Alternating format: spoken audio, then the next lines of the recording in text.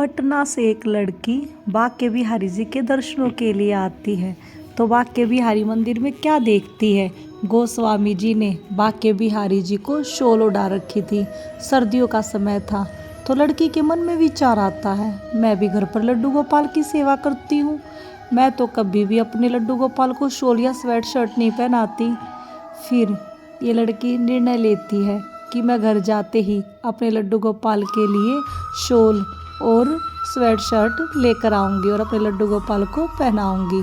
लेकिन लड़की भूल जाती है। फिर इन लड़की के साथ बांके बिहारी जी जो दिव्य चमत्कार करते हैं, यह प्रसंग आप भी सुनिए। हरे कृष्णा दोस्तों, राधे राधे। आपका मेरे YouTube चैनल पर स्वागत है। आशा करती हूँ सब खुश होंगे, मंगल होंगे। आपसे एक विनती है, अगर आपको प्रसंग अच्छा लगे तो कमेंट में राधे राधे जरूर करें। लड़की जो कि पटना की रहने वाली है, बांके बिहारी जी की भक्त है। यह लड़की घर पर एक लड्डू गोपाल जी को रखती है, उनकी बड़े अच्छे से सेवा करती है। जैसा अपने माता पिता के पास देखा है वैसा ही करती है। लेकिन लड़की को ये नहीं पता था कि लड्डू गोपाल साक्षात भी होते हैं, कि साक्षात भी हमारे साथ रहते हैं। लड़की नहलाना, वस्त्र पहनाना, सारे कार्य करती रहती है और समय समय पर बांके बिहारी मंदिर में भी जाती रहती थी। लेकिन लड़की बहुत वर्ष बीत गए थे, काफ़ी समय से बांके बिहारी मंदिर में नहीं गई थी। तो इसके माता पिता कहते हैं चलो बांके बिहारी मंदिर में चलते हैं।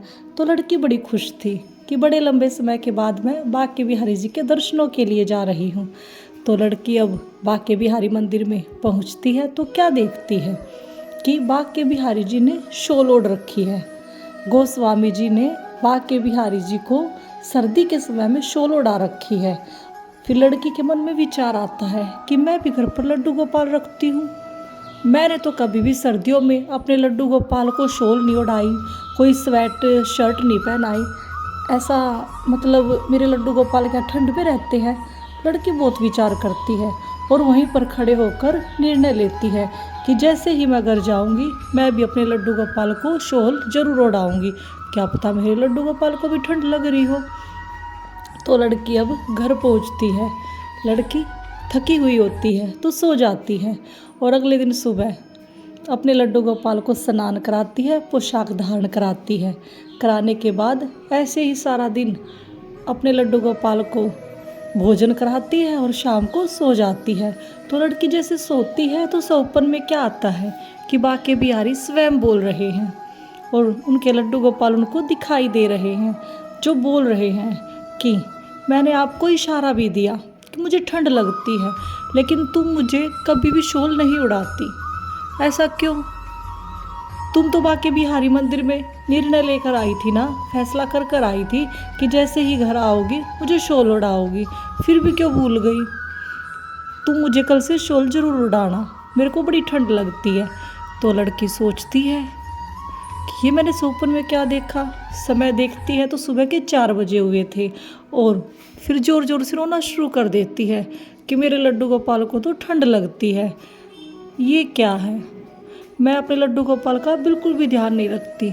इतने ज़ोर ज़ोर से रोती है कि लड़की की मम्मी आ जाती है और पूछती बेटा क्या हुआ। तो लड़की बताती है मम्मी सपन में लड्डू गोपाल आए थे जो बोल रहे थे मुझे ठंड लगती है, लेकिन तुम लोग मुझे शॉल नहीं उड़ाते हो, सर्दियों के वस्त्र नहीं पहनाते हो।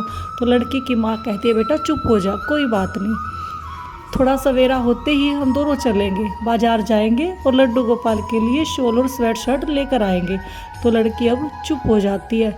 तो जैसे ही दिन निकलता है मम्मी बेटी जाती हैं और लड्डू गोपाल के लिए सर्दियों की पोशाक लेकर आती है।